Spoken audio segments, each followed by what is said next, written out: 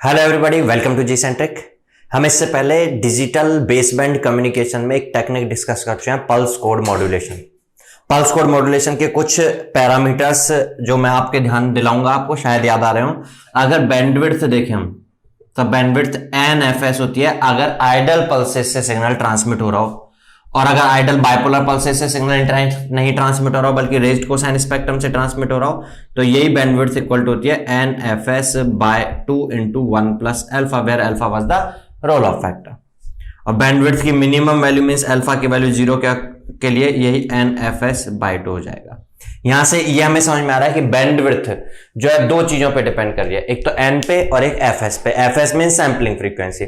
Sampling frequency जितनी कम हो bandwidth उतनी कम होगी। हम कम से कम कितनी रख सकते हैं? नाइक्वेस्ट क्राइटेरिया के हिसाब से नाइक्वेस्ट सैंपलिंग फ्रीक्वेंसी से कम तो नहीं रख सकते, नहीं तो फिर अलाइजिंग हो जाएगा, ओवरलैपिंग हो जाएगी, डिटेक्टेड सिग्नल मैसेज सिग्नल को नहीं रिप्रेजेंट कर रहा होगा। तो हम मिनिमम टू मिनिमम, इसका मतलब 2FM रख रहे हैं, मैसेज की डबल। अब N पर डिपेंडेंस रहेगी। मैं FS के लिए बात की हमने कि FS कम से कम हो। अब N बैंडविड्थ को कम से कम करने के लिए आप N कम से कम करेंगे तो क्या होगा देखिएगा। अगर आप N को मिनिमाइज करोगे, N को कम करने से जो नंबर ऑफ लेवल्स होते थे, क्वांटाइजर लेवल, वो N पर डिपेंड करते थे। अगर N मिनिमाइज हो रहा होगा तो L भी मिनिमाइज हो रहा होगा। L कम हो रहा होगा मींस लेवल्स कम हो रहे होंगे। आपकी फुल स्केल रेंज तो पूरी है, यहां से नेगेटिव ऑफ VP से लेके पॉजिटिव ऑफ VP तक फुल स्केल रेंज तो ये है। अगर आप नंबर ऑफ लेवल्स मिनिमाइज कर रहे होंगे, डिक्रीज कर रहे होंगे, तो एक लेवल से दूसरे लेवल की जो डिस्टेंस है वो बढ़ेगी। अगर लेवल ज्यादा बन रहे होंगे तो नजदीक नजदीक से, लेवल अगर दूर दूर बन रहे होंगे तो एक के बाद दूसरे की डिस्टेंस बढ़ रही होगी, जो कि स्टेप साइज को बढ़ाएगा। N से स्टेप साइज रिलेट भी होता था, हमें पता है ना, full scale range divide by 2⁻n -1 approximately VFS by 2⁻n ऐसा कह दोगे। N अगर डिक्रीज करेंगे तो स्टेप साइज बढ़ेगी। कोई बात नहीं, स्टेप साइज बढ़ रही है तो क्या होगा? स्टेप साइज बढ़ेगी तो quantisation error, maximum quantisation error for each sample, हर एक सैंपल में राउंड ऑफ की वजह से कुछ एरर बनता था, क्वांटाइजेशन एरर, उसकी मैक्सिमम वैल्यू फिर बढ़ेगी, क्योंकि ये प्लस माइनस डेल बाय 2 होता था। डेल बढ़ेगा तो ये बढ़ेगा। चलिए ठीक है, ये बढ़ेगा। साथ साथ में noise power, quantization noise power जो होती थी, क्वांटाइजेशन नॉइज पावर ये होती थी डेल स्क्वायर बाय 12। अगर डेल बढ़ेगा तो क्वांटाइजेशन नॉइज पावर भी इंक्रीज होगा। क्वांटाइजेशन नॉइज पावर इंक्रीज होगा तो सिग्नल टू नॉइज रेशियो जो होता था, सिग्नल टू नॉइज रेशियो जो कि signal power by noise power होता था, वो डिक्रीज होगा। और signal to noise ratio decrease होने से हमें प्रॉब्लम है। Signal to noise ratio decrease होने से हमें प्रॉब्लम है। तो अब हम कोई दूसरी टेक्निक ऐसी समझें जिसमें आपका स्टेप साइज भी कम हो जाए। स्टेप साइज भी कम हो जाए। स्टेप साइज कम होगा तो आपको स्टेप साइज कम करने के लिए N बढ़ाना पड़ रहा है तो बैंडविड्थ बढ़ी होगी। आप समझ चुके हैं कि pulse code modulation quantization noise से, क्वांटाइजेशन एरर से ऑलवेज अफेक्टेड होता है, क्योंकि क्वांटाइजेशन का रिवर्स प्रोसेस पॉसिबल नहीं हो पाता है। अब क्वांटाइजेशन एरर तो आएगा और हम समझ चुके हैं क्वांटाइजेशन एरर या क्वांटाइजेशन नॉइज पावर जो होती थी वो डेल पर डिपेंड करती थी। डेल अगर है कुछ तो आएगा। हम डेल को कम करें, डेल को कम करने के लिए आप रिवर्स अपोजिट समझे तो आपको N को बढ़ाना होगा, फिर N को इंक्रीज करना होगा। N इंक्रीज होगा तो बैंडविड्थ इंक्रीज हो जाएगी। ऐसा होगा ना? तो लिखिएगा एक बार, जहां तक हम कल डिस्कस कर चुके थे उसके बाद एक ये नोट लिखिएगा। इन PCM quantization error can be decreased. Quantization error can be decreased with decreasing the step size. With decreasing the step size of quantizer. With decreasing the step size of quantizer, and it can be possible with increasing the number of bits in quantizer or number of bits of encoder. N जो होता था वो दोनों के case में हम same ही बोलते थे, number of bits of quantiser. But as a result it will increase bandwidth requirement of communication system. ये जो कम्युनिकेशन हो गया इसके लिए बैंडविड्थ रिक्वायरमेंट बढ़ जाएगी। एंड दिस लार्ज बैंडविड्थ, अगर हम बैंडविड्थ रिक्वायरमेंट लार्ज है, decreases bandwidth efficiency of bandwidth decrease होगी। ठीक है, तो अब हमें कुछ ऐसा काम करना है कि बैंडविड्थ पर फर्क भी ना पड़े। बैंडविड्थ पर फर्क ना पड़े मतलब N पर कोई चेंज ना है, लेकिन फिर भी क्वांटाइजेशन एरर कम हो जाए। तो ये करने के लिए हम पीसीएम को ही थोड़ा सा एडवांस्ड वर्जन समझते हैं हम पीसीएम का, डीपीसीएम, डिफरेंशियल पल्स कोड मॉड्यूलेशन।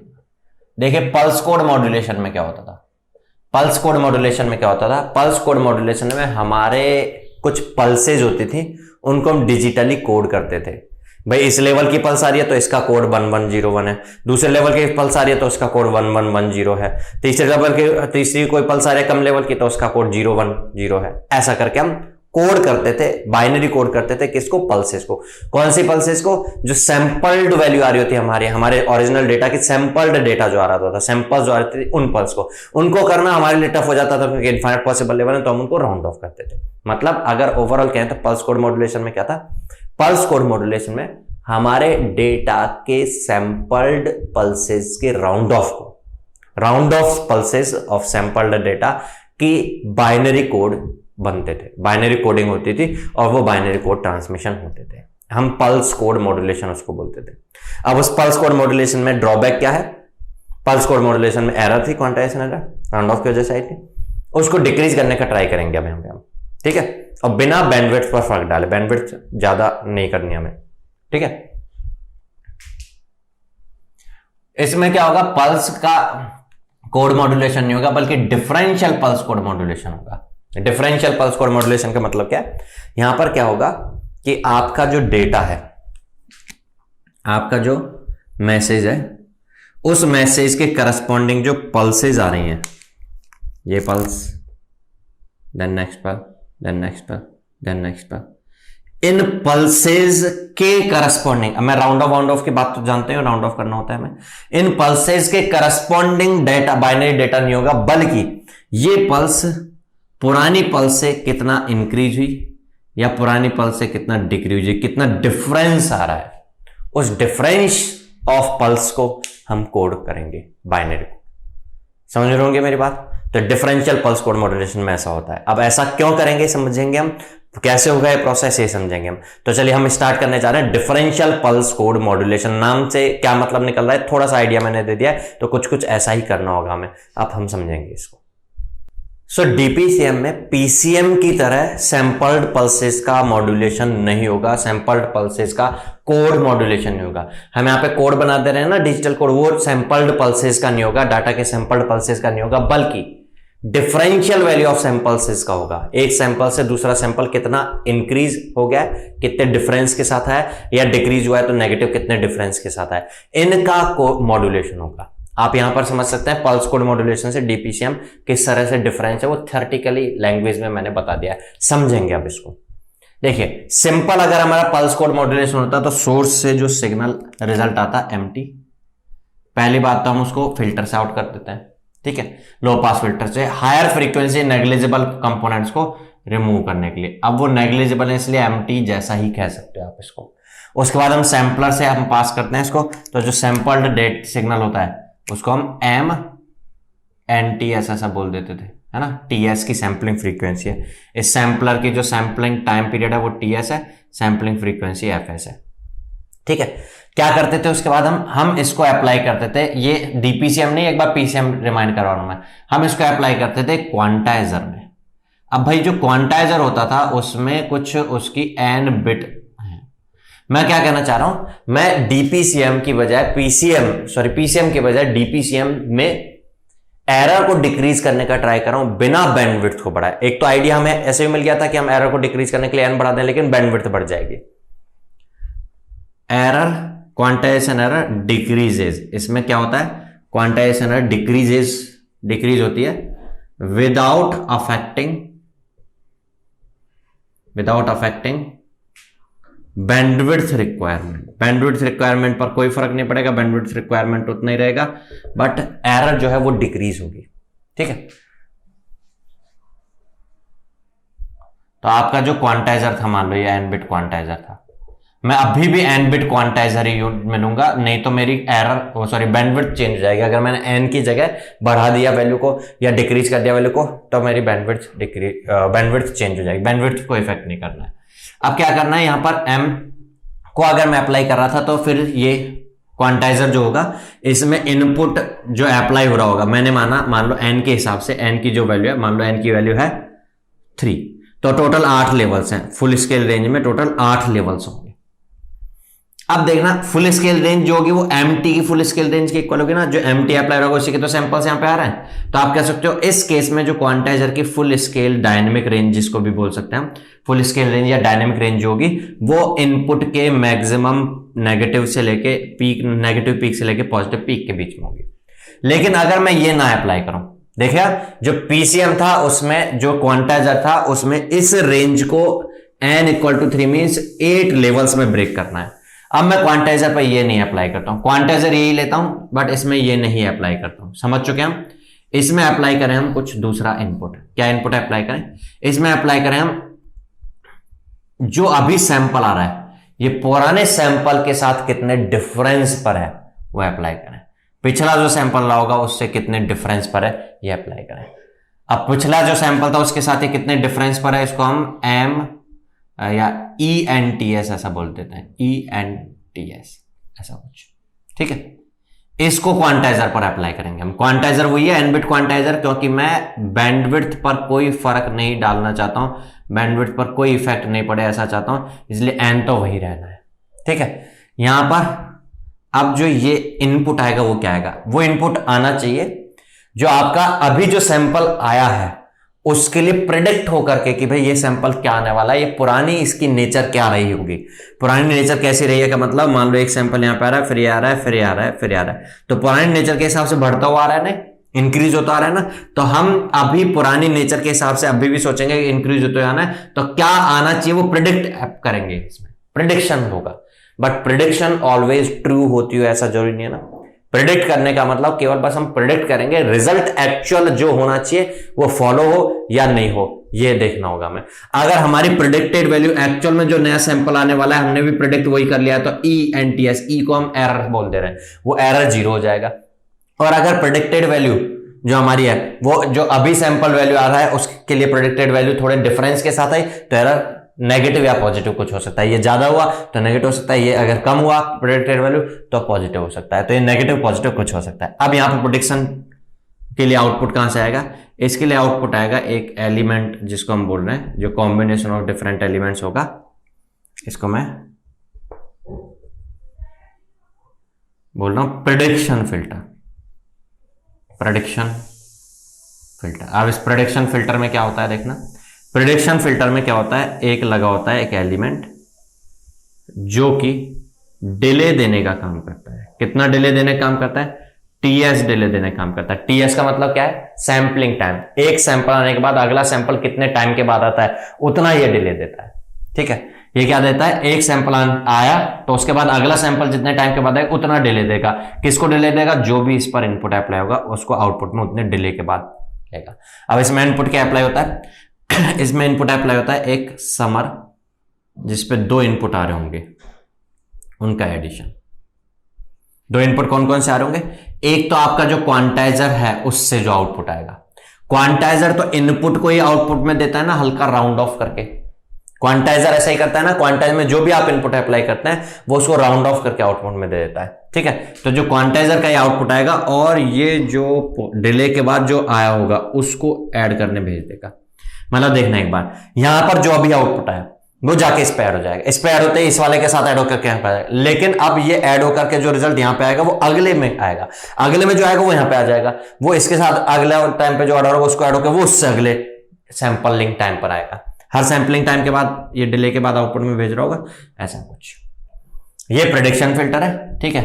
और अब ये क्वांटाइजर जो है हमारा, जो पल्स कोड मॉड्यूलेशन होता था उसमें राउंड ऑफ होकर के जो सिग्नल बनते थे क्वांटाइज्ड होके उसको एनकोडर पर अप्लाई करते थे ना, तो यहां पर एनकोडर होगा। कितना बिट एनकोडर होगा, n बिट क्वांटाइजर जो मिल रहे हैं तो n बिट एनकोडर होगा। फॉर एग्जांपल 3 बिट क्वांटाइजर है तो 3 बिट डिजिटल डाटा में हम इसको एनकोड कर रहे होंगे, एनकोडर ये। और फिर यहां से जो 0101 बनेंगे वो ट्रांसमिट होंगे।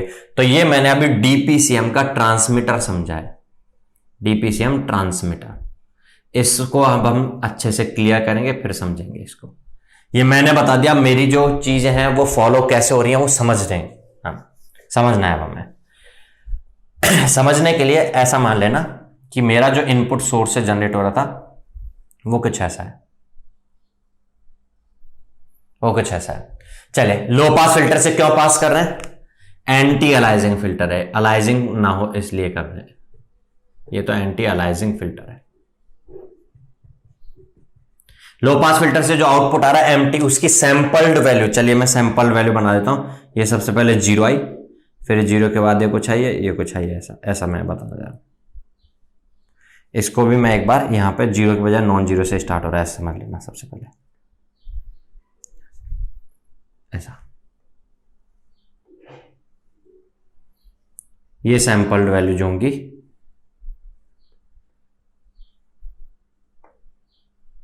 ये आ रही होंगी सैंपलर से, और सैंपलर से जो सैंपल्ड आउटपुट आ रहा होगा, ये जो आ रहा होगा, इसको MNTS करो। मैंने ब्लू कलर में जो बना हुआ है वो MNTS है। हर TS टाइम के बाद आ रहा होगा, 0 TS 2 TS 3 TS and so on, इन पर आ रहा होगा। ये इसमें से माइनस होगा ये। अब ये क्या माइनस होगा देखना, ये होगा माइनस, जो भी माइनस होगा वो समझते हैं हम, एग्जाम्पल के साथ इसको समझते हैं। देखना मैं यहां पर कुछ डेटा बोल रहा हूं, मैं यहां पे आपके सामने MNTS बोलूंगा, ठीक है। यहां से जो आ रहा है ये वाला, इसको मैं M कैप NTS बोल दे रहा हूं, M cap NTS, MNTS M cap NTS, और यहां जो आ रहा होगा उसको मैं E क्वांटाइज्ड होकर के आ गया EQNTS ऐसा बोल दे रहा हूं, ठीक है। मैं MNTS M cap NTS ENTS और E कैप NTS इनको रिप्रेजेंट कर रहा हूं। ये NTS क्यों बोले मैंने, M कैप T क्यों नहीं बोले? क्योंकि ये सैंपल होंगे, यहां पर जो आएगा वो सैंपल होगा, यहां पर भी जो आएगा वो पिछला सैंपल जो रहा होगा डिले विले के साथ इनका एडिशन होकर के जो आएगा वो होगा, तो सैंपल होंगे। ये हर TS 2TS 3TS 4TS time पर आ रहे होंगे ये सारे जो सिग्नल होंगे। ये कंटिन्यूस सिग्नल नहीं है, डिस्क्रीट टाइम सिग्नल्स हैं एक तरीके से। चलिए मैं MNTS की बात करूं तो मेरा जो मैसेज था उसके सैंपल वैल्यू है, तो समझने के लिए मैं बोल दे रहा हूं, मान लो सबसे पहले वाली वैल्यू है 0.3, अगली वैल्यू है इस तरह से 1.2, ऐसे वैल्यूज है, ठीक है। तो जो ये वैल्यूज थी इनिशियली सबसे पहले सब कुछ 0 में था, सब कुछ 0 स्टेट पर था।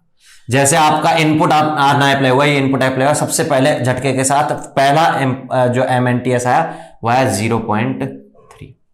चले ये 0.3 आया क्योंकि ENTS 0 था, EQNTS 0 था, EQNTS नहीं सॉरी ये EQNTS है, EQNTS जो 0 था ये भी 0 था, M कैप NTS 0 यहाँ 0 अप्लाई था, इसलिए डिले के बाद यहाँ 0 ही मिल रहा होगा अभी भी।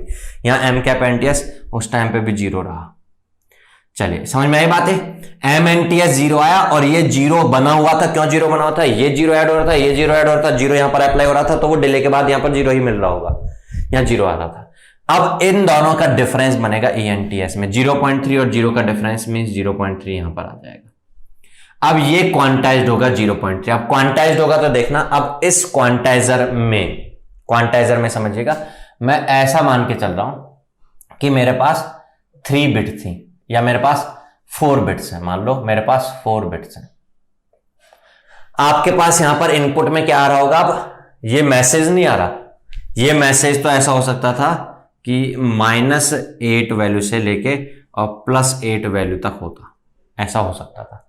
-8 से +8 तक मतलब 16 वोल्ट को आप 4 बिट का मतलब 16 लेवल में ब्रेक कर रहे होते, तो आप अगर डायरेक्ट इसको क्वांटाइजर पर अप्लाई कर रहे होते तो क्वांटाइजर को -8 से लेके +8 तक के 16 वोल्ट को 16 लेवल्स में ब्रेक करना होता है, इसलिए 1 वोल्ट का आता, -7 -5 ऐसे करके 7 6 ऐसा करके आ गया। लेकिन अब यहां पर जो आ रहा होगा वो ये नहीं आ रहा होगा, -8 से 8 नहीं आ रहा होगा, बल्कि ये जो आया होगा और ये जो रहा होगा इनका डिफरेंस आएगा। और वो एक बार मैंने थोड़ा सा आपको आइडिया बता दिया, वो पुरानी वैल्यू और नई वैल्यू के डिफरेंस के आसपास की वैल्यू होगी। तो वो डिफरेंस तो 8 वोल्ट नहीं हो सकता ना, कभी ऐसा थोड़ी हो सकता है कि पिछले एक टाइम पर -8 वोल्ट आया हो फिर अगला सैंपल +8 वोल्ट आ गया हो। अगर हम बात करें थ्योरेटिकली, हम बात करें तो हमारे जो एनालॉग सिग्नल्स होंगे, मैसेज सिग्नल, वो ऐसे होंगे, कंटिन्यूअस होंगे, तो एकदम से सडन चेंज नहीं बन रहा होगा कि -8 से +8 आ जाए। इसलिए पुराने सैंपल के बाद नए सैंपल में जो डिफरेंस आ रहा होगा वो बहुत कम होगा। मैं अभी समझने के लिए, जिससे क्लियर हो जाए, मैं मान के चल रहा हूं कि नेगेटिव में -0.8 आ सकता है ये मैक्सिमम, और पॉजिटिव में +0.8 आ सकता है मान लो मैक्सिमम। क्या चीज? ENTS। ENTS क्या है? MNTS मतलब कोई सैंपल, और M कैप NTS जो कि पुराने सैंपल का, अभी आइडिया जो मैंने दिया उस हिसाब से बोल रहा हूं मैं, पूरा एक्चुअल में क्या चीज होती है वो तो अभी हम समझेंगे। जो सैंपल अभी आ रहा है और पुराने सैंपल का डिफरेंस जो कि -0.8 से +0.8 तक हो सकता है, ऐसा समझ में आ जाए आपको, इसलिए कंसीडर कर रहा हूं मैं। अगर ऐसा हुआ तो टोटल तो 16 लेवल्स होंगे, तो हर एक के लेवल के बीच के डिफरेंस 0.1 वोल्ट हो रहा होगा ना, तो -0.7 -0.6 ऐसा करके, मतलब स्टेप साइज अब 0.1 वोल्ट हो रही होगी। स्टेप साइज 0.1 वोल्ट हो रही होगी, मतलब कौन कौन से लेवल्स पॉसिबल होंगे? 0 पॉसिबल होगा, 0.1 पॉसिबल होगा, 0.2 पॉसिबल होगा, ऐसा करके होंगे ना। तो हर 0.1 के बाद एक स्टेप आ रही होगी, ठीक है। अभी हाल फिलहाल हम अगर ये 0.3 अप्लाई कर रहे हैं तो आप समझ सकते हैं क्या, हर 0.1 के बाद एक स्टेप है, तो 0.1 देन 0.2 देन 0.3। 0.3 एक प्री डिफाइंड लेवल है। 0.3 क्योंकि एक प्री डिफाइंड लेवल है तो इसका राउंड ऑफ होकर के भी तो 0.3 ही बनेगा, मींस EQNTS 0.3 ही रहेगा। EQNTS 0.3 रहेगा, यहां 0.3 आ जाएगा। देखिएगा जैसे TS टाइम की बात है, यहां पर आया 0.3 वोल्ट पहला सैंपल, यहां पर 0 था, इन दोनों का डिफरेंस बना यहां पर 0.3 का राउंड ऑफ होकर के 0.3, तो उसी टाइम पे जिस टाइम पे यहां 0.3 आया, यहां 0.3 आ चुका है, और यहां पहले से 0 था, दोनों का एडिशन यहां 0.3 उसी टाइम पे अप्लाई हो जाएगा। लेकिन यहां पे नहीं आएगा वो 0.3, यहां कब आएगा? डिले के बाद आएगा। कितने डिले के बाद? TS डिले के बाद, मींस अगला सैंपल जब आना होगा तब यहां पे 0.3 आएगा। चलिए अगली जो वैल्यू है सैंपल वैल्यू, मैं एक बार एग्जांपल के लिए बता रहा हूं, मान लो है 0.87, अगली सैंपल वैल्यू है 0.87। MCAM-GS जब आपका ये 0.87 आया, मींस TS टाइम आया, उस टाइम पे यहां जो इनपुट आ चुका था वो आगे पहुंच चुका, और यहां का इनपुट क्या आ चुका था? 0.3, और पुराना जो था 0, दोनों का एडिशन मींस 0.3, वो अब यहां पहुंच चुका है, इन दोनों का डिफरेंस मींस 0.57 यहां अप्लाई होगा। 0.57 का राउंड ऑफ अभी हम समझ चुके थे, हर 0.1 के बाद एक स्टेप है, हर 0.1 की स्टेप साइज है, हर 0.1 के बाद एक लेवल है, तो 0.5 होगा, फिर 0.6 होगा, 0.57 तो नहीं होगा। 0.57 राउंड ऑफ होके या तो 0.5 बनना चाहिए, 0.6 बनना चाहिए। आप क्या बोलेंगे? आंसर क्या बनना चाहिए? 0.6 ज्यादा नजदीक है, 0.57 क्या? 0.5 ज्यादा नजदीक है, 0.6, तो इसका राउंड ऑफ होकर के बन जाएगा 0.6। अब ये जो 0.6 है यहां पर जो आ चुका है, और जो पुरानी वैल्यू यहां पर आ रखी थी MCAP-TS की, दैट वाज 0.3, ये दोनों ऐड होंगे, 0.9 वो यहां पर पहुंचेगा। लेकिन कब? जब अगला सैंपल आएगा। यहां पे कब आएगा अगला सैंपल? 2TS पर। 2TS पर जो सैंपल आ रहा है, मान लो 2TS पर जो सैंपल आ रहा है वो मान लो आ रहा है 1.38, और यहां पर क्या आ चुका है? इन दोनों का एडिशन होकर के यहां 0.9 आ चुका है। उस टाइम पर डिले के बाद आया ना, जिस टाइम पे 0.38 आया TS टाइम के बाद, तब जाकर के इनका रिजल्ट यहां पे एडिशन बन गया है। तब तक तो यहां 0.3 ही बना रहा, अब 0.9 बन गया है। दोनों का डिफरेंस 1.38 और 0.9 का डिफरेंस, 1.38 0.9 का डिफरेंस हो गया 0.48 का राउंड ऑफ होके क्या हो जाएगा? 0.5। 0.48 का राउंड ऑफ होके हो जाएगा 0.5। ये जो 0.5 इधर आ चुका है, और यहां पे 0.3 नहीं रहा, यहां 0.9 हो चुका था। देखना 0.9 आ चुका था ना यहाँ पे, इन दोनों के एडिशन से जो 0.9 बना था वो आ चुका था यहाँ पे, वो 0.9 और ये 0.3 अब ऐड होकर के यहाँ 1.2 आ जाएंगे। लेकिन अगला सैंपल आएगा, जब अगला सैंपल आएगा तब यहाँ पर 1.2 पहुंचेगा। एक बार वापस 0.9 और 0.5 1.4 तब यहां पर पहुंचेगा। इस बीच में ये अगला सैंपल जो आ रहा है, वो अगला सैंपल एक बार मैं कंसीडर करूं, मान लो 1.92 ऐसा आ गया, 1.92 इस तरह से आ गया। 1.92 और 1.4 का डिफरेंस 1.52 का राउंड ऑफ होकर 0.5 ऐसा हो जाएगा। क्लियर बात? 0.52 का राउंड ऑफ होकर 0.5 होगा ना। अब ये 0.5 और 1.4 ऐड होकर के, मतलब इस तरीके से चल रहा होगा। अब ये इस तरीके से बढ़ता जा रहा होगा, बढ़ते मैक्सिमम पर पहुंच गया होगा मान लो। फिर मैक्सिमम पर पहुंचने के बाद जब डिक्रीज होना स्टार्ट होगा, अभी हाल फिलहाल ये मान लेना मैं यहाँ पे -8 to +8 इसकी रेंज जो कह रहा था वो और आगे थी, मान लो उतनी लेवल तक ये मैसेज जा ही नहीं रहा है, बल्कि ये यहाँ पर जा रहा है 1.92। चलो कुछ स्टेप्स चलिए समझ सकते हो अब आप, इस तरीके से समझ सकते हो। मैं यहीं पर मान लो ये अगली वाली वैल्यू जो मान रहा है वो है, चलिए एक बार इन एग्जांपल को देख लेते हैं। 1.4 और 1.5 का एडिशन क्या हो जाएगा? 1.9 यहाँ 1.9 आ रहा होगा, यहां पर जो आ रहा है वो मान लो आ गया है अब यहां पे 2.32 और 1.9 का डिफरेंस मींस 0.42 का राउंड ऑफ मींस 0.4 यहां पे आ जाएगा। अब जो ये 0.4 आ रहा होगा और ये यहां पे 1.9 हो चुका था, दोनों का एडिशन मींस 2.3 यहां पे आएगा, 2.3 यहां पे आया, उस बीच में यहां पे अगला सैंपल आ गया। अगला सैंपल वैल्यू मान लो आ गई 3.05 और 2.3 का डिफरेंस जो होगा दैट इज 0.75 का राउंड ऑफ 0.7 का हो या 0.8 का हो, 0.8 कंसीडर करो, मैं ऐसे मान रहा हूं कि जस्ट इसके बाद अगला आ जाता है 0.8, ऐसा आ गया। अब वो 0.8 और 2.3 दोनों का एडिशन कितना हो गया 3.1 यहां पे आ जाएगा 3.1। अगला जो आया मान लो ये जो आ रहा है, ये आ रहा है मान लो 3.22 और 3.1 का डिफरेंस, वह प्रोसेस क्लियर होती चल रही होगी। 3.22 और 3.1 का डिफरेंस 0.12 का राउंड ऑफ ओके 0.1, ये 0.1 और ये ऐड होगा अब यहाँ पे 3.2। अगला जो आ रहा है वो आ रहा है 3.22 यहाँ पे हो गया था, थोड़ा सा और बढ़ा, 3.22 लिया था मैं, 3.22 से थोड़ा सा हल्का सा और बढ़ा है, मान लो 3.28 और 0.2 का डिफरेंस इज 0.08 का राउंड ऑफ ओके 0.1, ठीक है। अब 3.2 और 0.1 ये ऐड होके होगा 3.3। अगली वैल्यू अब इससे कम आ रही है, यहां तक मैंने कि अगली वैल्यू थोड़ी कम आ रही है, और वो अगली वैल्यू कम जो आ रही है वो मान लो 3.12 आ रही है।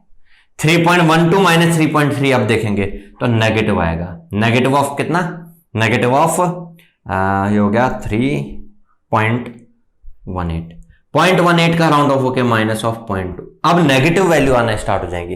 अब वो माइनस ऑफ 0.2 इस 3.3 के साथ ऐड होकर इसको कम करेगा, ये कम हुआ बट उस बीच में ये और कम हो जाएगा, ये और कम हो जाएगा। आप देखना ध्यान से, ये जो वैल्यूज हैं, ये वाली जो वैल्यूज हैं, ये पुरानी जो सैंपल्ड वैल्यू आ रही थी, पुराना जो सैंपल था, पिछली बार जो सैंपल था उसका अभी वैल्यू आ रहा है, बट थोड़ा सा उसका राउंड ऑफ होके उसके आसपास में, उसके नजदीक में वैल्यू आ रही है। ध्यान से समझ सकते हैं यहाँ पे प्रोसेस, एक बार वापस से आप रिपीट कर लीजिएगा, रिमाइंड कर लीजिएगा। प्रोसेस ये समझ में आई होगी कि यहाँ पे जो एम कैप एनटीएस आ रहा है वो पुरानी वाली जो वैल्यू आई है ना उसी के करीब करीब नजदीक है। इसलिए मैं बोल रहा था कि अब जो नया सैंपल आएगा वो पुराने सैंपल के साथ जो डिफरेंस बनेगा उसको क्वांटाइज कर रहे होंगे, हम डिफरेंस को क्वांटाइज कर रहे होंगे। डिफरेंस क्वांटाइज होगा तो क्वांटाइज होकर के रिजल्ट भी एनकोड किसका होगा, डिफरेंस का, सैंपल्स के डिफरेंस का क्वांटाइज कोडिंग होगी, पल्स कोड मॉड्यूलेशन होगा, तो डिफरेंशियल वैल्यू ऑफ सैंपल्स का कोडिंग हो रहा होगा। और वो डिफरेंशियल वैल्यू क्या है, जो नया सैंपल आ रहा है, जो पुराना सैंपल आ रहा है, उनका डिफरेंस आप यहां पे लगे थे, उसको क्वांटाइज करके, क्वांटाइजेशन तो करना ही हमें क्योंकि कुछ predefined fix number of levels ही होने चाहिए, उन फिक्स नंबर ऑफ लेवल्स के तो आप फिक्स नंबर ऑफ बिट्स से क्वांटाइज कर पाओगे, वो ये है, इनका एनकोडिंग हो रहा होगा। मतलब आपका जो एनकोडर होगा, एनकोडर जो होगा वो आउटपुट जो भी डेटा है 0 0 0 0 इसके हिसाब से 0 0 1 या 1 0 ऐसा करके जो भी है वो इनके हिसाब से कर रहा होगा, इनके हिसाब से कोडिंग कर रहा होगा। क्लियर है बात? तो आप डिकोडर में जब इनको डिकोड करेंगे रिसीवर साइड में तो ये रिजल्ट आएंगे, भाई इन्हीं के तो कोड हैं, इनके डिकोड होकर के ये रिजल्ट बन करके आएंगे। क्या बात क्लियर हो रही है? अब देखना यहां पर क्या होगा, यहां पे आपका जो क्वांटाइजर है उस क्वांटाइजर में अगर डायरेक्ट मैसेज सिग्नल अप्लाई कर रहे होते तो -8 से लेके +8 तक की जो हमारी डायनेमिक रेंज होती उस हिसाब से स्टेप साइज फाइंड करते हैं। हम स्टेप साइज फाइंड करते हैं, full scale range 16 divide by number of level 16 आ रहे हैं, 1 वोल्ट आते हैं। ये वैसे 15 होना चाहिए, अप्रोक्सीमेटली हम 2n ले लेते हैं, लेकिन अब अगर हम देख रहे हैं तो स्टेप साइज नहीं वाली, अब हमारी डायनेमिक रेंज जो है वो -8 से +8 नहीं रहेगी बल्कि डिफरेंस वाली रेंज है। अब यहाँ पे डिफरेंस आ रहा है, वो डिफरेंस बहुत ज्यादा नहीं आता है, तो एग्जांपल समझने के लिए मैंने बोल दिया कि मान लो -0.8 से +0.8 तक मैक्सिमम आ रहा है, तो अब आप 1.6 डिवाइड बाय 16 करोगे 0.1, क्योंकि स्टेप साइज काफी कम हो गया, तो स्टेप साइज कम हो गया तो noise power del square by 12 भी तो कम हो जाएगा, सिग्नल टू नॉइज रेशियो बढ़ जाएगा, क्वांटाइजेशन नॉइज का इफेक्ट मिनिमम हो गया है, मिनिमाइज हो गया है, डिक्रीज हो गया है। पल्स कोड मॉड्यूलेशन के बजाय डीपीसीएम में क्या हुआ है, क्वांटाइजेशन एरर डिक्रीज हो गया और बैंडविड्थ पर कोई फर्क नहीं पड़ा क्योंकि एन हमने उतना नहीं रखा है। इससे पहले भी हमारे मन में ऑप्शन आ रहा था, लेक्चर के स्टार्टिंग में बात की थी कि हम क्यों ना ऐसा करें कि स्टेप साइज को कम करने के लिए एन बढ़ा दें, एरर कम हो जाएगा पीसीएम में, लेकिन फिर बैंडविड्थ रिक्वायरमेंट इंक्रीज हो जाएगी। चलिए, ये हमने डीपीसीएम का ट्रांसमीटर समझ लिया है। अगर हम वापस से इन 0101 जो ये ट्रांसमिट होंगे इनके करस्पॉन्डिंग, इनसे वापस से मैसेज नहीं रिसीव कर पाए, ये रिसीव किया, ये काम नहीं है, मैसेज ये नहीं है हमारा, मैसेज ये था, अगर वापस से हम मैसेज नहीं रिसीव कर पाए तो फिर ये डीपीसीएम मॉड्यूलेशन जो हुआ है, डीपीसीएम ट्रांसमिशन जो हुआ है, ये बिना काम का है। मैं एक बार वापस इसको छोड़ दे रहा हूं आपके हाथ में, आप एक बार रिवाइंड करके इसको समझ लीजिएगा, डायग्राम बना लीजिएगा। ये हमारा डीपीसीएम का ट्रांसमीटर समझ लिया हमने। अब हम डीपीसीएम में रिसीव कैसे होगा उस 0101 जो ट्रांसमिट हुआ है, वो 0101 किसके अकॉर्डिंग ट्रांसमिट हुआ है, इस quantized difference of previous and present pulse, जो सैंपल आ रहा है उनकी डिफरेंस की क्वांटाइज्ड वैल्यू के अकॉर्डिंग ट्रांसमिट हुआ है, लेकिन मैसेज नहीं ट्रांसमिट हुआ है। ये किसका क्वांटाइज्ड हुआ है, ये डिफरेंस हुआ है। मैसेज वापस कैसे रिसीव होगा ये समझना। चलिए तो देखते हैं डीपीसीएम रिसीवर। चलिए, ये डीपीसीएम रिसीवर है। अब इसको हम समझते हैं, क्या ये वापस से हमारे मैसेज को डिटेक्ट कर पाएगा, एम्प्टी को डिटेक्ट कर पाएगा। देखिएगा, इससे पहले जो सिंपल पीसीएम होता था उसमें इन नंबर्स को, इन सैंपल्ड वैल्यूज को, इन वैल्यूज को हम एनकोड करके ट्रांसमिट कर रहे होते थे 0101 की फॉर्म में, इन्हीं को ट्रांसमिट कर रहे होते थे। आप बोलोगे नहीं, इनको नहीं, बल्कि इनको थोड़ा क्वांटाइज्ड करके ट्रांसमिट कर रहे होते थे। तो चलिए, थोड़ा बहुत ये क्वांटाइज्ड हो जाएंगे इधर उधर हल्का फुल्का, तो थोड़ा सा इनमें हल्के फुल्के चेंजेस के साथ हम ट्रांसमिट कर रहे होंगे, और जो 0101 ट्रांसमिट होंगे फिर वो वापस से डिकोडर साइड में, रिसीवर साइड में वापस से ये तो मिल के आएंगे। अब ये बोल रहा हूं मतलब थोड़ा सा इनमें क्वांटाइज्ड हो गया है, थोड़ा राउंड ऑफ हो गया है, वो मिल जाएंगे, मतलब हमें वापस से मैसेज मिल जाएगा। थोड़ा बहुत जो क्वांटाइज्ड हो चुका था लेकिन वो मिलेगा, इसलिए ओरिजिनल से थोड़े एरर के साथ मिलेगा। कितने एरर के साथ मिलेगा, वहां पे स्टेप साइज डेल जो थी वो 1 वोल्ट थी, तो error plus minus del by 2 plus minus 0.5 volt के इतने एरर के साथ मिलेगा। मीन्स 0.3 जो होगा उसमें 0.5 ऊपर नीचे आप मिल रहा हो सकता है, 0.87 जो होगा उसमें 0.5 ऊपर नीचे मिल रहा हो सकता है, इतने एरर के साथ मिल रहा होगा। लेकिन अगर हम डीपीसीएम ट्रांसमिट कर देते हैं तो फिर ये नहीं, बल्कि डेटा जो ट्रांसमिट हो रहा है एनकोड होकर के वो ही हो रहा है, इसलिए इनको डिकोड करेंगे वापस से तो ये आएगा ना। तो चलिए, सबसे पहले हमने डिकोडर से डिकोड किया। डिकोडर से जो रिजल्ट आ रहा होगा वो जो बिट्स का कॉम्बिनेशन ट्रांसमिट होगा उसको डिकोड किए होंगे, ये रिजल्ट बन करके आ रहे होंगे, बट ये हमारे मैसेज को नहीं रिप्रेजेंट कर रहे।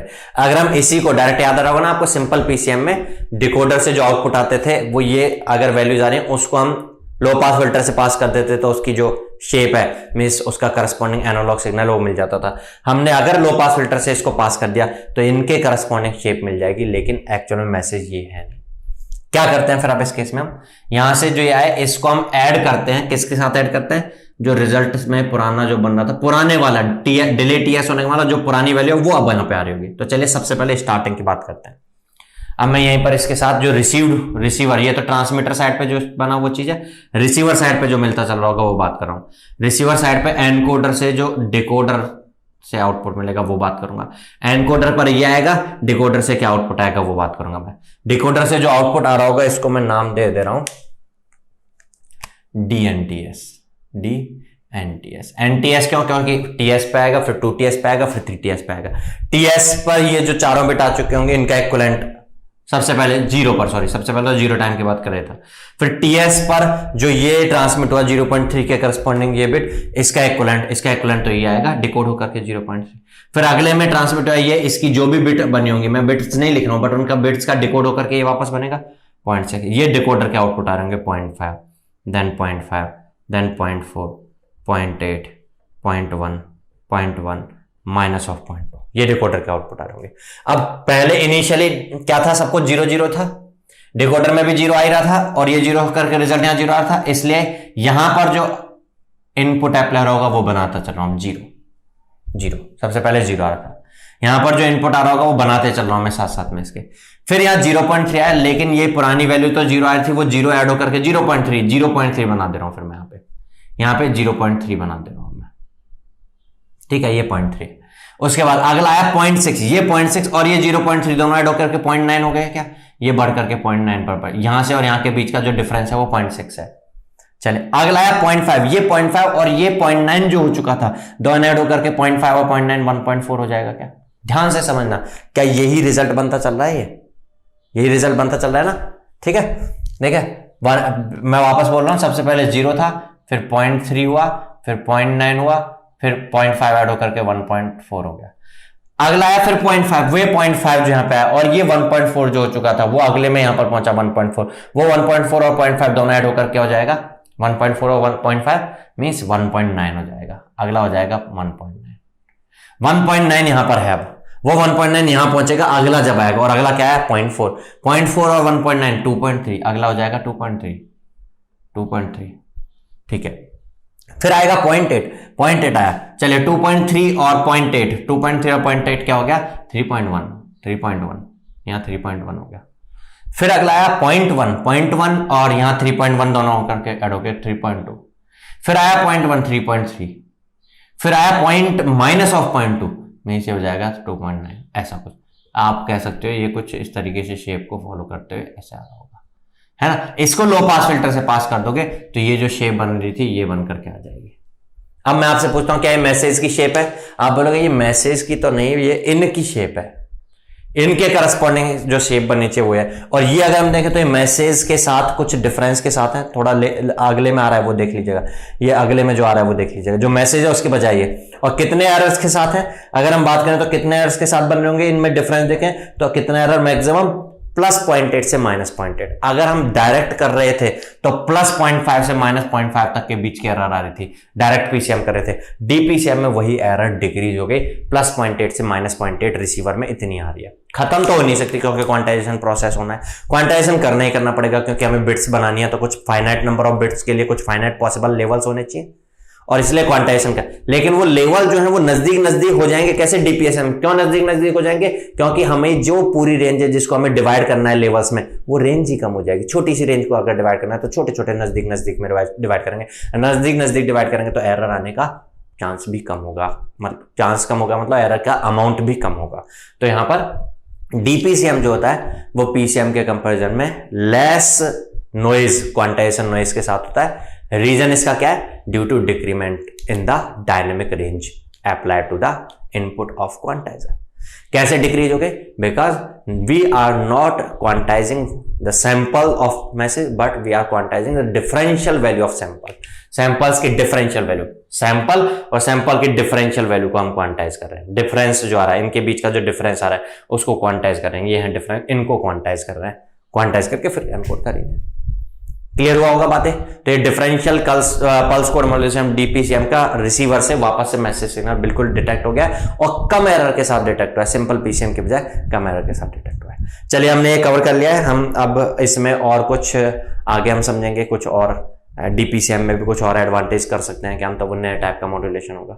मिलते हैं नेक्स्ट लेक्चर में, तब तक के लिए गुड बाय।